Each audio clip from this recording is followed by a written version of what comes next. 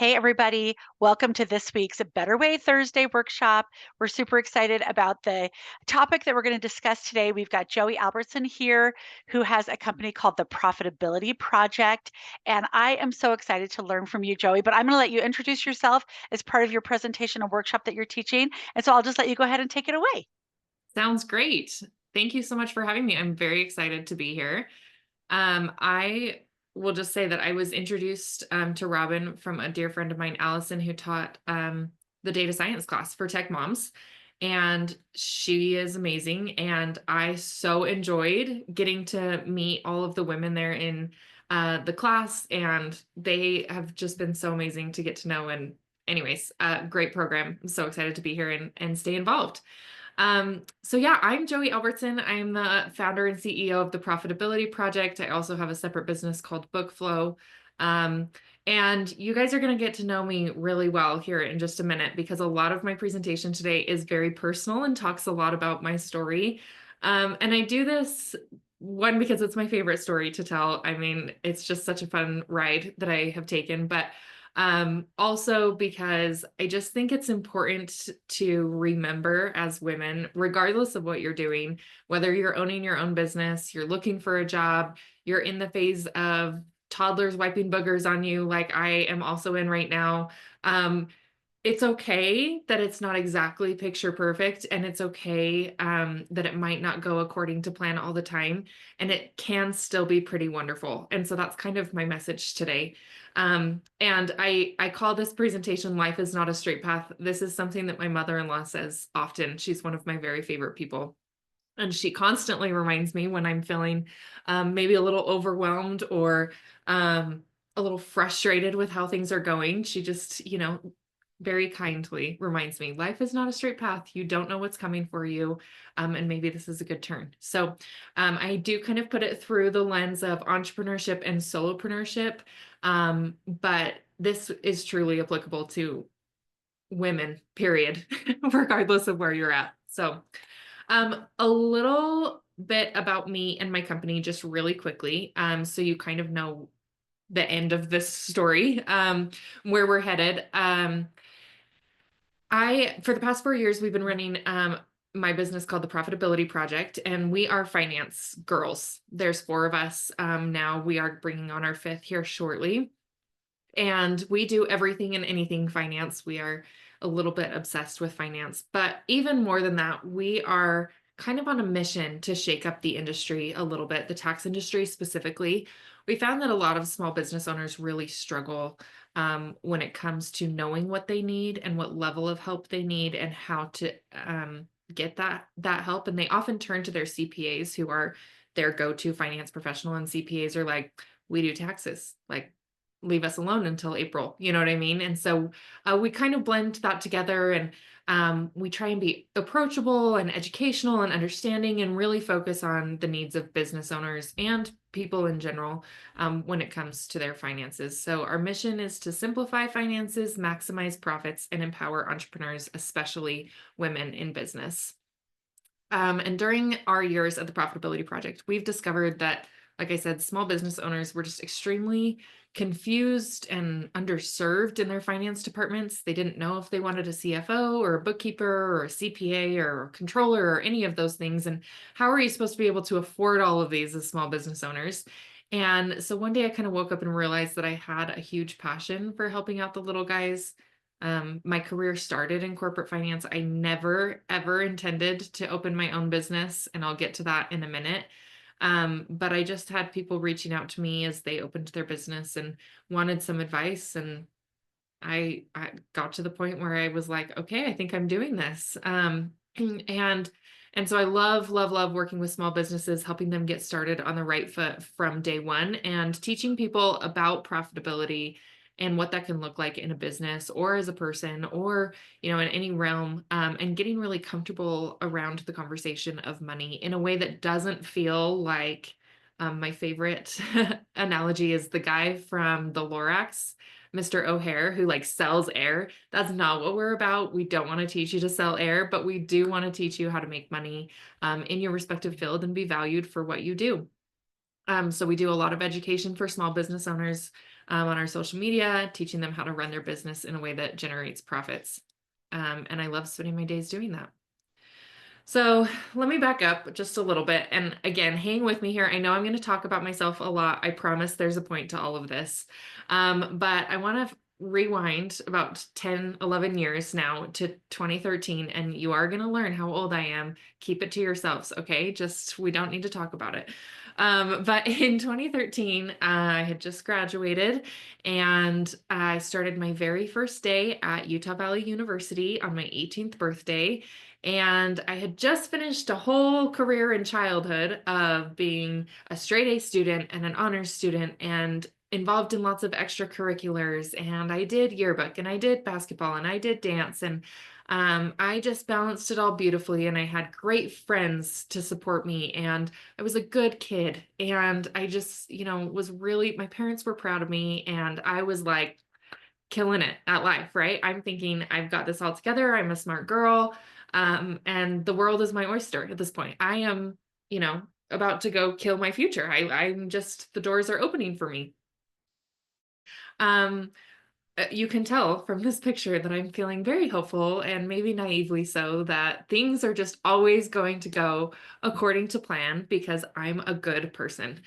And then I started at UVU, and this is going to crack you up, but I was headed towards the dental hygiene program. Spoiler alert, I'm not a dental hygienist. And I was very driven. I had a job in dentistry at the time. I was working 20 hours a week, and I cannot tell you why this was so important to me. I've thought about this so many times of like why I felt the need to do this, but I had this deadline of getting into dental hygiene school in my third semester of college. So I had a whole bunch of prerequisites that I needed to take and do very well in time to apply for dental hygiene school to be accepted. So I had to like really cram a lot of work into my 2 semesters that I had, really 1.5 semesters that I had. And if you know anything about the UVU medical program, you know that their anatomy and physiology courses are deemed some of the hardest in the nation. And I was like, but I'm smart. I totally got this. So I signed up for like 27 credits. I don't even know how that's possible, but I was like, I got this. And I'm working 20 hours a week. And I'm like, I can just, put a little hold on my personal and social life. I'm 18. It's fine. I'm just going to work really hard and get this done. Again, I have no idea looking back why I felt so passionate about getting it done. I felt like I was on a timer and that there was some arbitrary deadline that I had to hold myself to, but it didn't work. Similar to a lot of type A oldest daughters, I did too much. I got overambitious and completely burned myself out. So before long, I have now not only not completed my deadline, but I've actually dropped out of school. I have crippling anxiety. I'm working part-time with no idea what my future holds, which for someone like me is the most daunting thing to not have plans. And I'm paying student loans for something that I have no idea, nothing to show for it. I lost my scholarship that I had worked what felt like decades for. And I was just completely lost. As looking back, most 19-year-olds are, right? Looking back, I'm like, okay, it's fine. But I was just really, really struggling. And my entire life plan depended on this one deadline. And now I've just kind of lit it on fire and I have no idea what to do. And I was completely paralyzed by this fear of failure. I just thought, okay, I've failed so miserably. Everyone so miserably and what felt like so publicly. Everyone would ask me, as most 19-year-olds get asked, what are you doing? What are you up to? What's next for you? And I had nothing. And I just felt like everyone was looking at me and seeing all these failures that I had. And I was just paralyzed from taking the next step. I just didn't feel like I could do it because what if I failed again? Like, oh, this is bad, but what if it happens again? That would be so much worse. So I'm in this, like, I've moved back in with my parents and I have nothing and no one. And I'm like, totally feeling lost. And so as most people do, in Utah County, I got married. I was like, okay, I know what I'll do. I'll find someone else to just kind of hitch my wagon to, and that will solve my problems because then I can tell people that I'm getting married. And when they ask me, I can talk about my upcoming wedding. And that seemed to kind of alleviate all of this anxiety. Um, Healthy or unhealthy. Luckily, I'm still married to this wonderful man, and it was a good choice. It worked out for me. But as you can imagine, I just kind of like threw everything away and just thought, okay, I've got something going for me now, and I've met this man, and he's amazing. And so this solves my problems. I don't really need to worry about too much. Um, and I am thinking I've totally, gotten rid of this identity crisis. Um, Another spoiler alert, it was a postponement of my identity crisis. It did not get rid of it. Um, so yes, we just celebrated our 9-year anniversary. Luckily, that has worked out for me. And we get married, and I'm putting him through school, and I've got a job, and things are feeling okay. And I kind of base my entire personality around being a newlywed. And then he calls me one day and he says, "Hey, I just got a job offer. Um, in Washington State." And if you remember, I'm in Utah at this time. I've only ever been in Utah my whole life. And I'm like, okay, that's exciting. Are you going to graduate? This is January, or sorry, this would have been the beginning of August that he calls me. And I'm like, so you're still in school? Like, do they want you to start next year? Like, what's the plan? He's a teacher. And he's like, no, they want me to start in like 7 days. And I'm like, okay, well, you haven't graduated, so how's that gonna work? He's like, they have a program where you can kind of do it remotely, and I can go start teaching right away, but we have to move to Washington State in the next 7 days. And I'm like, well, I've got nothing else going on. So we move in 7 days, and we leave my whole family. And this isn't Seattle. This is like a teeny, tiny, tiny farm town with 2,000 or less people, most of which are his family and friends because he grew up there. And I have no job, I have no schooling, and I have no community and no plan. And I'm just like, this is great, right? And I just go with him.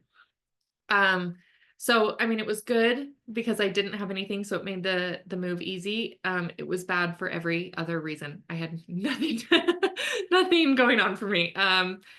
So now it's 2017, and so what else am I going to do except for have a baby? That's got to be next in this, straight path vision that I have. And I'm sure it's not going according to plan, but I can still have control of certain things, and I'm still doing everything in order. And I am thrilled to be a mom. And just so you know, I'm talking very sarcastically about this few years that has occurred to me. It really has been such an amazing ride. I do love being a mom. I do love being married to my husband. But I also know that this sounds totally insane and hopefully somewhat relatable. But to me at the time, I'm like, this is insane. And looking back, I'm like, I can't believe I did all these things. But anyways, I worked through all that in therapy, but I definitely don't regret these choices. And I want you to keep that in mind because it does actually get crazier.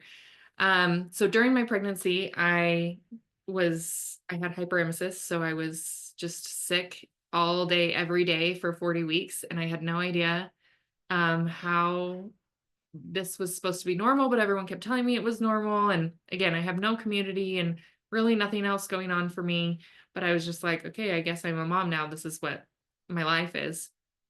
And then about 7 months pregnant, I get a random job offer from a friend of a friend of a friend who is related to my husband. And they're like, we need a payroll specialist. And I was like, I've heard of QuickBooks. I could totally do this. And I'm 7 months pregnant, so that shouldn't be a problem. And I just was like, hey, if you're willing to hire me, I'll take it. I didn't really have the luxury of options at this point.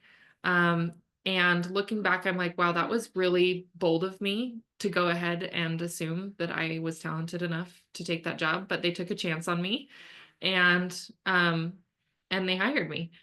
And so I worked there for a few years. Things were going well. I had my first baby in 2017, worked there, continued to work there after I had my baby. Really, really fell in love with finance for the first time and realized I had kind of a knack for it. So things were going well there. In 2019, I get pregnant again, and I'm promoted to director of finance at this company. And I'm really just living kind of this, from the outside, picture perfect life, kind of like a Hallmark movie, right? I'm living on a farm town. I've got 2 kids who are beautiful. I've got an awesome husband who supported me through all this. I've got a job that I found I really love.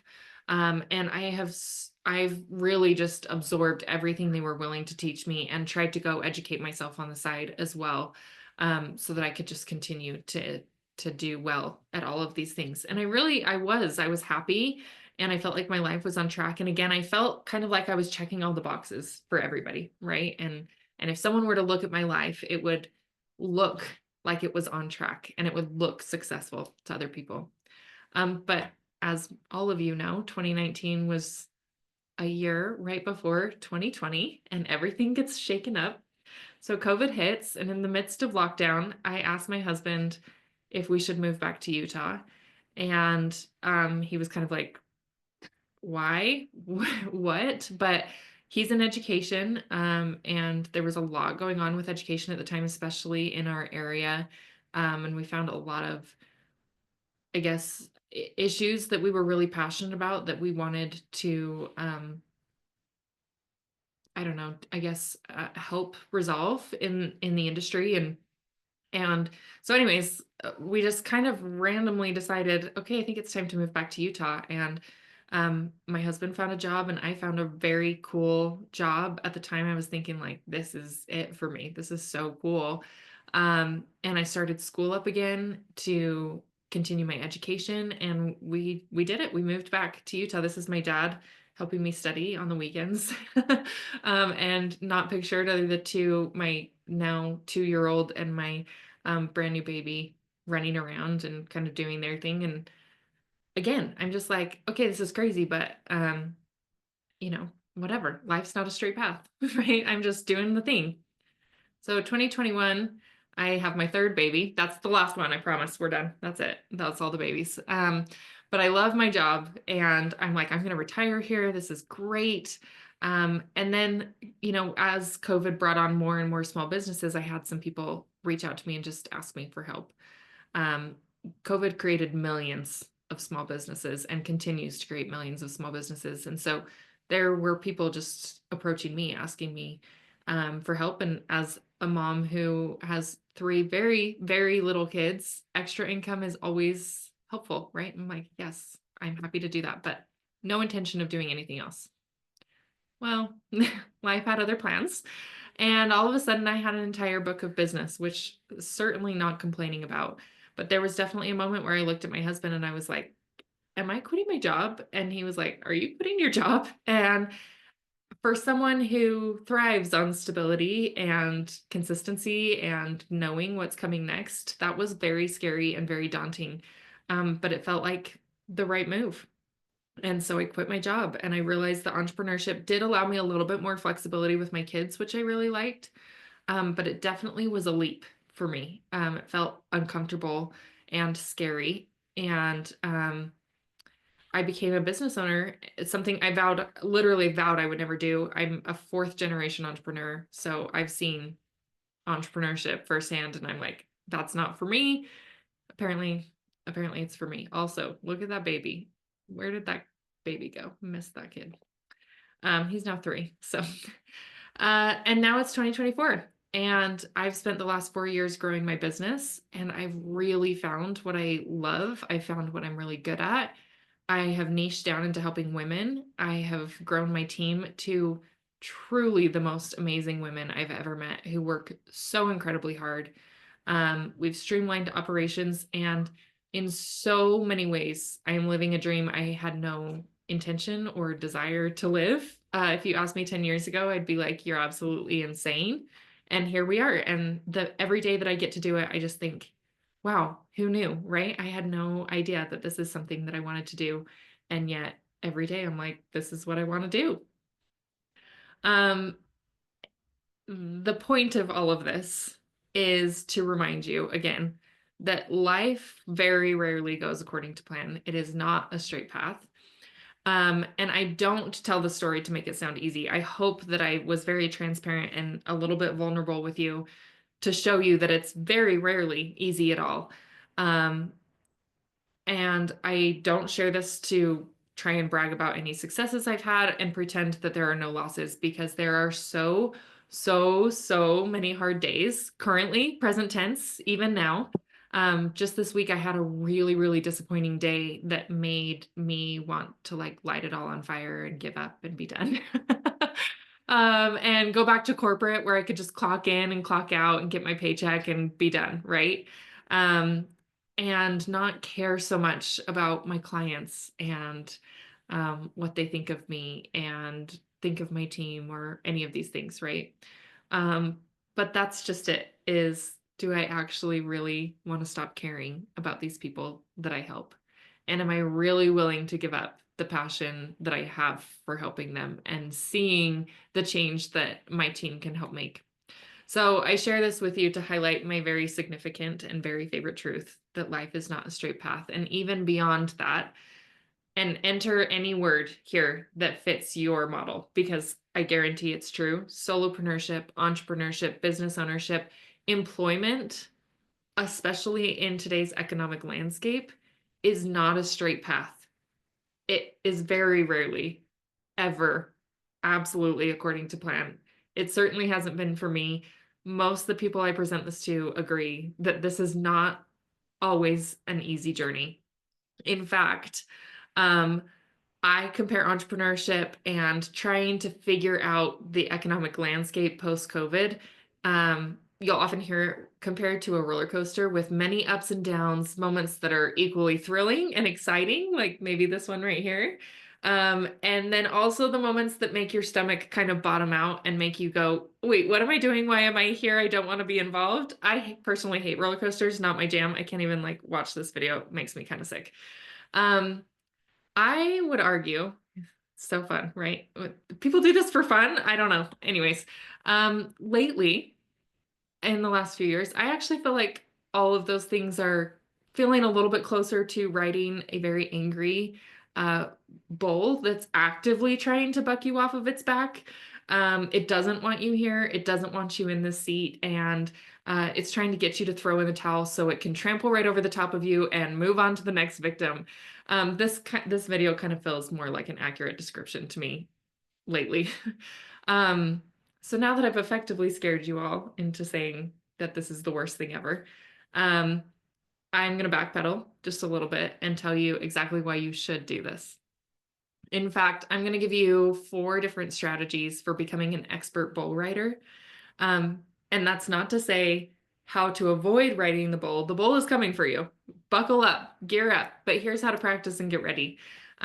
Because if you remember a few slides before, I told you that I am living my dream in so many ways. It's not easy, but I'm definitely living such an amazing life that I truly love what I spend my days doing. And I feel like the only goal of this journey is sometimes just to see how long I can hang on. And even though there are days where I feel like I'm actively flat on my back being trampled by the bull, I truly am like doing so many things that I want to do. And guess what? I also get to be a mom of 3 young kids. I also get to be a wife to an incredible husband. I also get to be a neighbor and a sister and a niece and a daughter and a friend. And there are so many versions of this dream that I get to live because of the path that I've chosen, and really the path that I've been on, I guess. I don't know if I really chose it all the way, but having this business and the result of this crazy wild ride that I've been on has opened so many doors for me that otherwise would have been sealed walls. So here are kind of my 4 go-to pieces of advice. And I tailor these to women because we have so much going on and we care so much. And that's not to say that's not true for men. It absolutely is. But it seems like when I work with women and when I talk to them, these are common themes and I've seen them in myself. And so these have helped me on my journey. So let's see. The first one is getting really comfortable with failure. My least favorite piece of advice. Like, I don't want to be comfortable with failure. I hate it. actively hate it. Remember, I'm a type A oldest daughter. I'm a recovering people pleaser. I don't know if I can even consider myself recovering, to be honest. I just am a people pleaser. Um, I'm a rule follower. I care a lot about what people think. And I really want to do right by other people. In fact, there isn't a lot I wouldn't trade at the idea of never failing again. But at the same time, failure is truly the best teacher in business and in life, unfortunately. And if I could trade something to never fail again, I have a hard time believing that that is the same thing as success. I really don't view the lack of failure as equivalent to success. That doesn't really add up to me. In fact, I would even go a step further and I would argue that failure is a requirement to success, which is the worst. It's the worst, and yet it is true. And so we just, unfortunately, and I'm still working on this, so I'm taking my own piece of advice today, but getting very comfortable with failure is absolutely crucial and potentially the only way to success. A little bit of a shameless plug, really quick, but we have what's called the Profitability Podcast that we started this year. And I ask a variety of women on there a whole bunch of questions. But the one question that I ask to every single guest that appears on our show is, what is your favorite, biggest, fattest failure?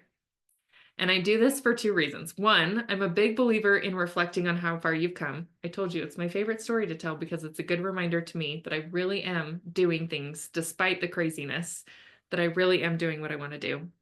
Celebrating the tiny wins and monitoring growth as a person and as a business and as a mom even is totally crucial to staying motivated and continuing to ride the crazy bull that is life. And two, my very favorite stories come from the failure of business owners, not because I'm insanely competitive and prey on the downfall of women. It's actually quite the opposite, but because there is a really noticeable change in them. There's a look on their face when I talk about their failure.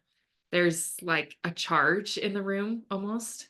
And when they describe the scariest, most emotional, most dire situations of their life or of their business, they always follow it up with, and that's when I learned, or that's when I realized, or that's when I chose to, or any variation of that, right? And then something happens. Their personal greatness comes only as a result of their biggest, fattest failures. And so getting really, really freaking comfortable with failing and then not forgetting to dust it all off and get back up again, saddle up, get back on the bull because it's worth it. Something better and something bigger is coming. Number two is surround yourself with your people. And that is very vague on purpose. Here's what it looks like for me. I told you about my husband, who is so cute and so supportive. And when I fall into bed at night and I'm crying and I'm like, I'm a failure and everything's going wrong and I'm in the wrong place at the wrong time, he's the one that reminds me that it's not about making millions. It's not about what other people think of me. He doesn't care if we live in a shack. He might care. He says he doesn't care, but okay. But as long as I'm pursuing my dream, he truly is happy and cheering me on. And he reminds me constantly that the bad days are, in fact, temporary. He reminds me of my own story often, and that the good days are coming around again soon. If I'm in the worst of it right now, we're only going up from here, right? So he's a good cheerleader. He's also a football coach, as you can see, so he's naturally pretty talented at that. These are my cute kids who love to get my phone and say, hi, this is Joey from Bookflow, or this is Joey from the Profitability Project, and they tease me constantly.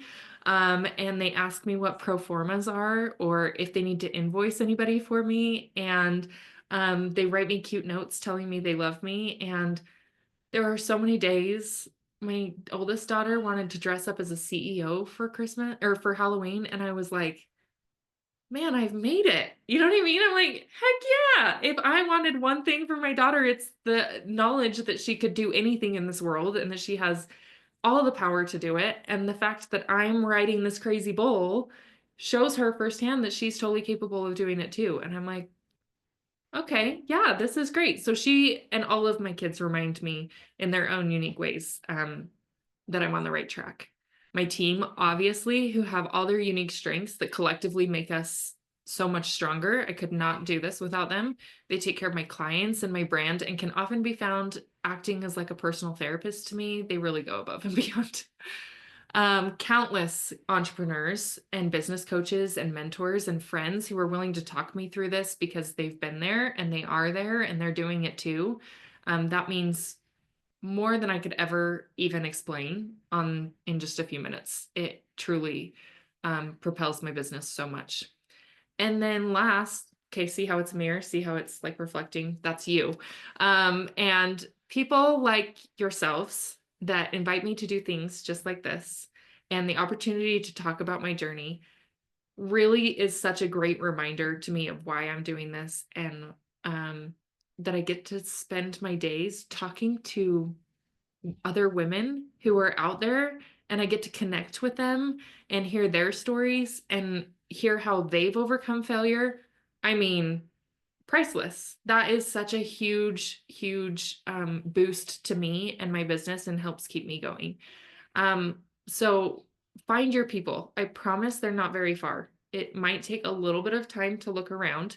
I've been in business 4 years. I think this is the first year that I really feel like I've connected as much as I have, and had the opportunity. But it was really interesting how one opportunity led to another that led me to this person, that led me to that person, that introduced me to these groups and all these things. Just start with one. They're out there. They're really not far off. Entrepreneurship is huge and solopreneurship is huge and motherhood is huge. There are people that will relate to your story and get vulnerable with you and share it with you. And if you can't find them, you've got one right here because I love doing this kind of thing. Add me to the top of your list because I love being people's people as well. Number 3, create your secret sauce. And I'm going to play a video from our course and I hope the sound comes through. Robin, will you just give me a thumbs up if this is working? Can you hear anything?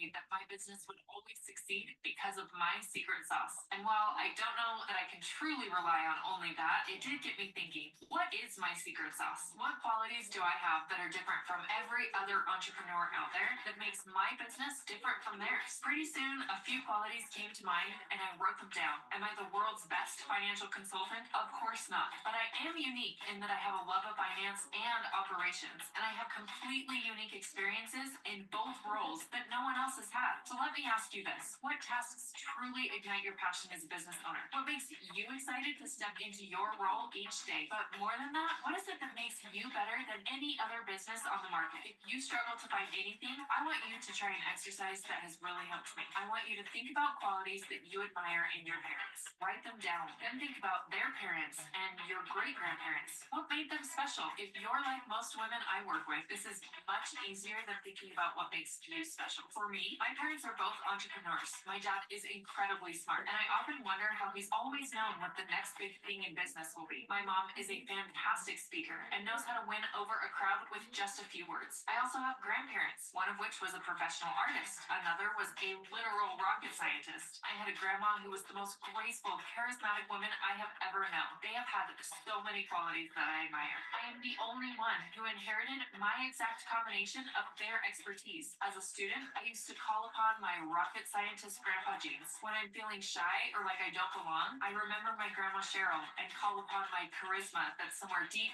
in my DNA. On days when I forget my secret sauce, I like to remember them. As you reflect on all of these things, consider this. Outsourcing isn't just about delegating tasks. It's about preserving your core responsibilities while freeing yourself from the rest. Focus on the tasks that fuel your passion and watch your business thrive. As always, if you have any questions whatsoever, please join our weekly Q&A session. Okay. So to recap, that went really fast, but one of my favorite tools for finding what is special about you, especially if you struggle with imposter syndrome like most of us do, is to think about the people that came before you. So this came about because I remember one day I was sitting watching my kids play.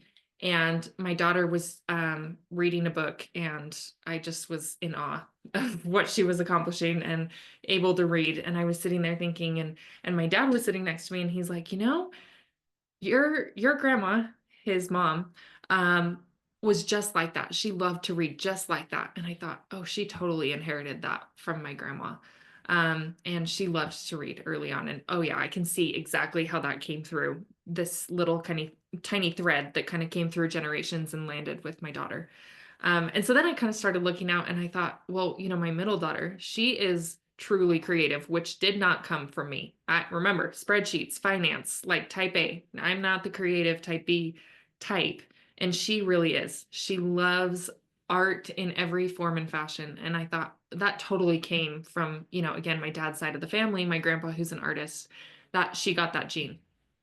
So I'm sitting there thinking, I'm like, okay, so, if they got some, what did I get? What am I looking out for? And then it kind of turned into this thing of like, I really do love continuing education. And my grandpa was passionate about continuing education. And he loved to take his team, he was a dentist, take his team to conferences or pass out, Stephen Covey books or whatever it might be. He loved to learn. And I'm like, I love to learn. I think I got that from him.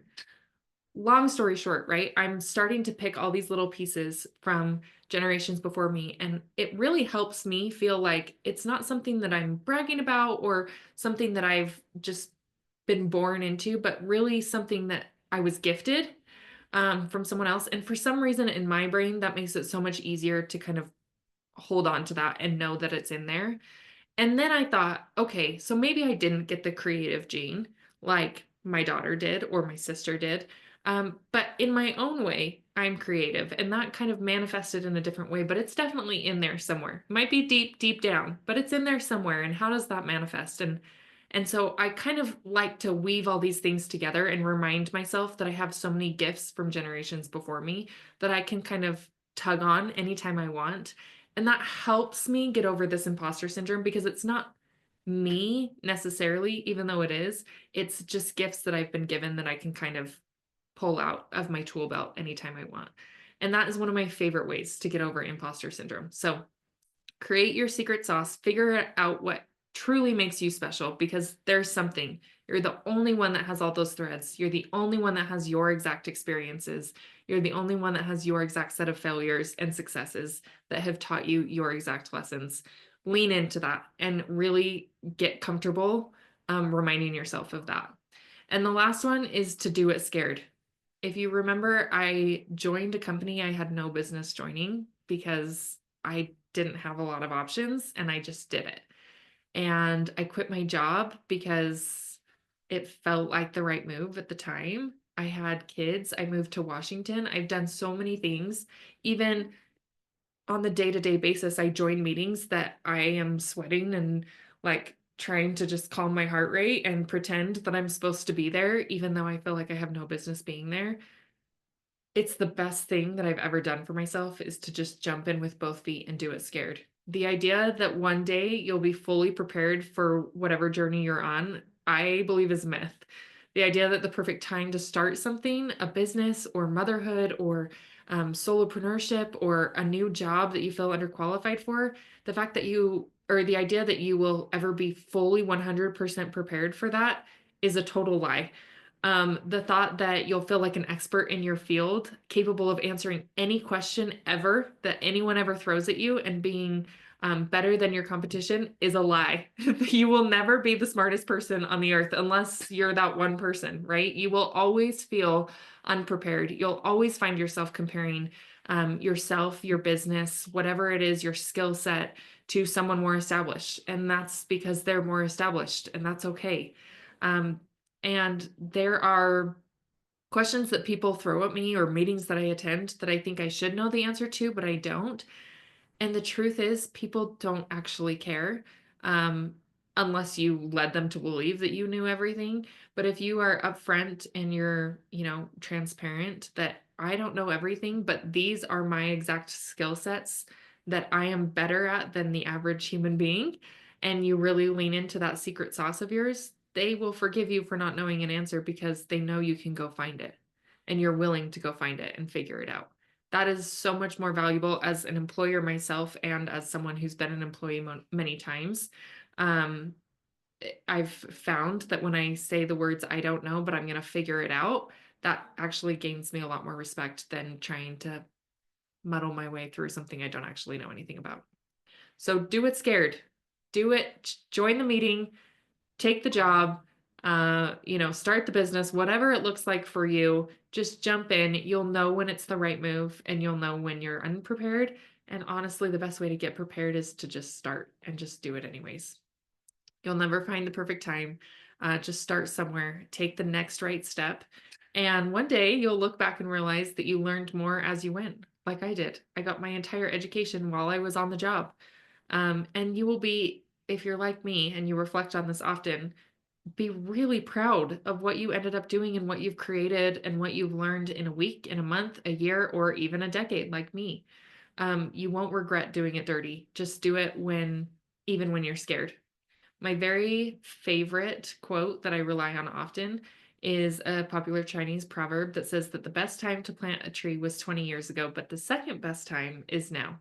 So yeah, could you have planted a tree 20 years ago and it would be full grown now? You betcha, but you didn't. And so now what are you going to do about it? Sit there and whine and complain that you didn't plant it, or get busy planting? And I think this is my favorite reminder to myself when I feel like I'm not moving fast enough or things aren't going my way. I've only got what I can control. And if I start now, I'll be glad I did it in 3 months or a year or whatever it might be. So if you've got an idea that you're ready to turn into a business, or you've got a skill set that you're ready to turn into employment, or you're thinking about taking a big step in your life personally, anything that you might be kind of sitting thinking about. And if I had to guess, if we sat here for 60, 90 seconds, something would probably come to you that you've been thinking about or pondering. And you have some sick need to take a wild leap into the unknown, like I do. I would strongly advise you to start preparing yourself for a crazy ride, because it will be crazy.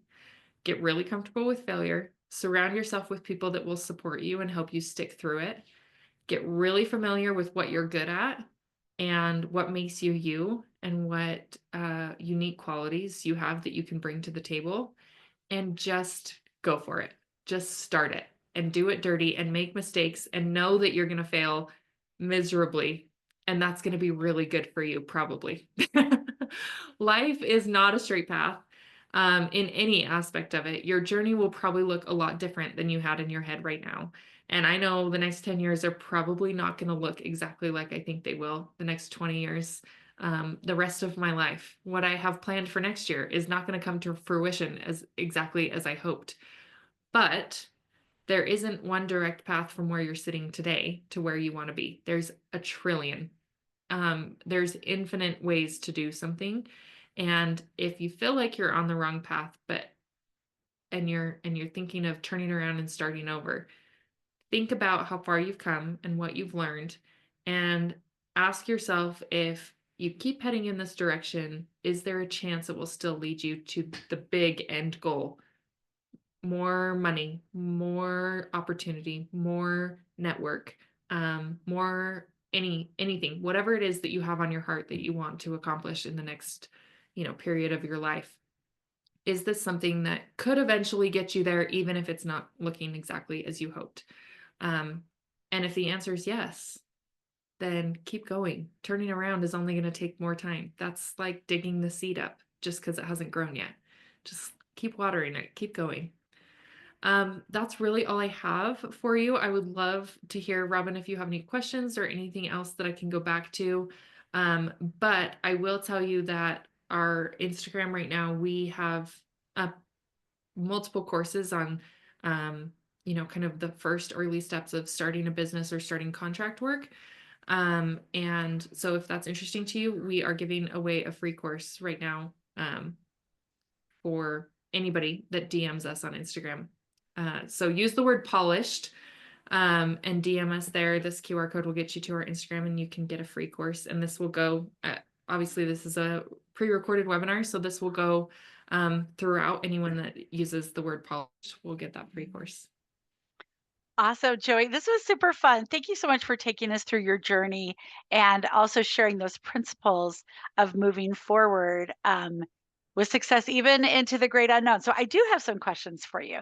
My first question is you talked about how you dropped out of college and then you started a job just knowing a little bit about QuickBooks or whatever. I would love to hear about, and then you said you went back to school. I would love to hear a little bit about your formal educational journey, but also the learning and educational steps you took outside of formal education to get you where you are now? I love that question. Because there, in my field specifically, there are certain requirements that formal education you can't get around, right? You have to get it. And then there are things that I've learned as a business owner that I never got in formal education. And so the marriage between the two, especially depending on your field, is so crucial.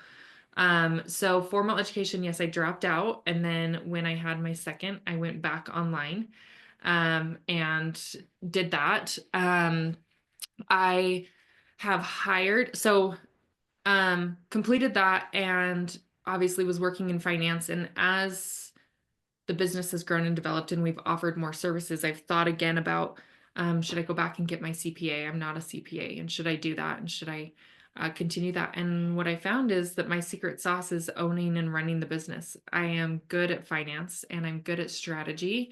And I have a knack for forecasting, FP&A, which doesn't require me to be a CPA. And I've gotten a lot of training from working with small businesses over and over and over again. And so I decided to hire CPAs instead and let them own the tax department and let that be their secret sauce. So outside of my formal education, informal education, the best education I got was jumping in and doing something. Like I said, I've learned so much about finance truly from my clients and my experience with my clients and watching mentors do it. And gosh, as far as business ownership and outside of finance, seems like everything came from just watching and absorbing anything I could get my hands on. I'm very passionate about finding courses, videos, articles. I mean, anything, mentors for sure, that you can just absorb information from. And I actually ask my team to complete certain like units of continuing education throughout their career with us. And it doesn't matter what it is. I ask them to like give me ideas of what they want to accomplish and then tell me when they're going to accomplish it by. But by no means do they get certificates or is there a requirement of what they're learning. I just want them to learn. So we're really, really passionate about just learning wherever you can and then just jumping in and starting because that teaches you a lot too. Awesome. I love that combination of formal education, less formal education, but still like structured through certificate programs, through videos, through courses, things like that. And then also the ultimate teacher of just diving in, asking people how to do it, learning by doing, right? Yes. Yeah. Yes. I love that. It's All right. and accelerated. I've got another question for you. You Okay. talked about how when you moved back to your corporate job, I mean, you moved back to Utah and started this corporate job, Mhm. that you started getting small business clients, and soon you had a full book of clients. Yeah. How did clients find you? How did you find freelance clients while you were also working a full-time job? Yes. So at the time, I got really lucky, unfortunately, is my answer. But I will say, so in 2020, all of these businesses, I mean, it was like left and right. Everyone I know was starting a business.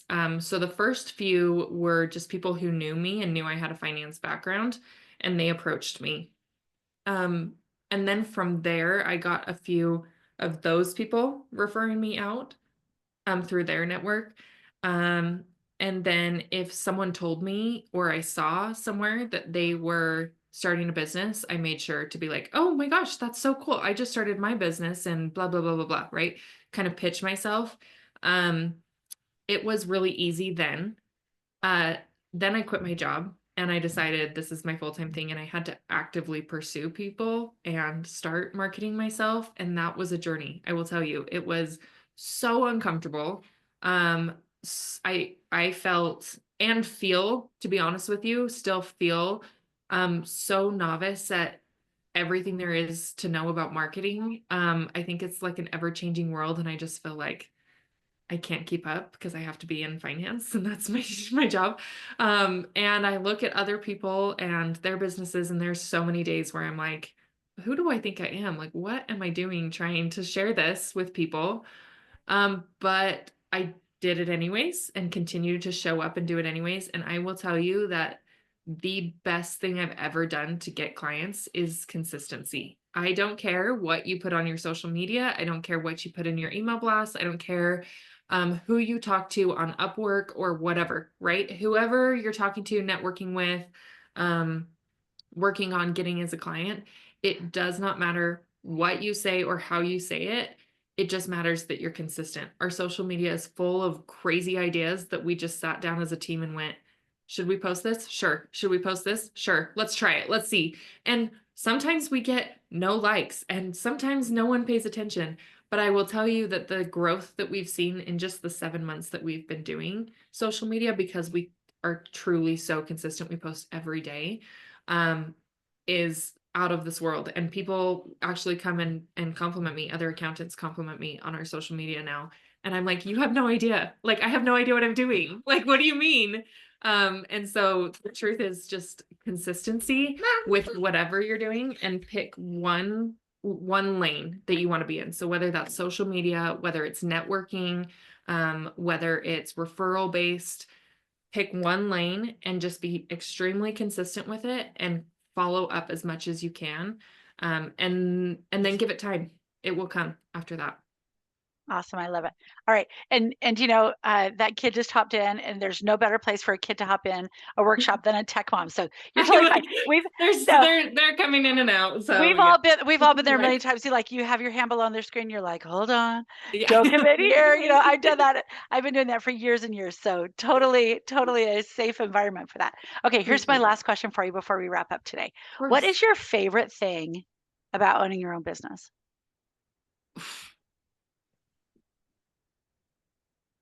It changes every day. Today, my favorite thing about owning a business. That is so hard. You had to prep me for this one. Okay. Oh, sorry. No, it's It's okay. a live There's so video. many things. There are so many things. It is so extremely challenging, but the pride that comes with the challenge is unbeatable. I've never been as proud of myself for myself and not for anybody else. The flexibility is obviously so lovely, but that's a double-edged sword because you work way harder than you ever would.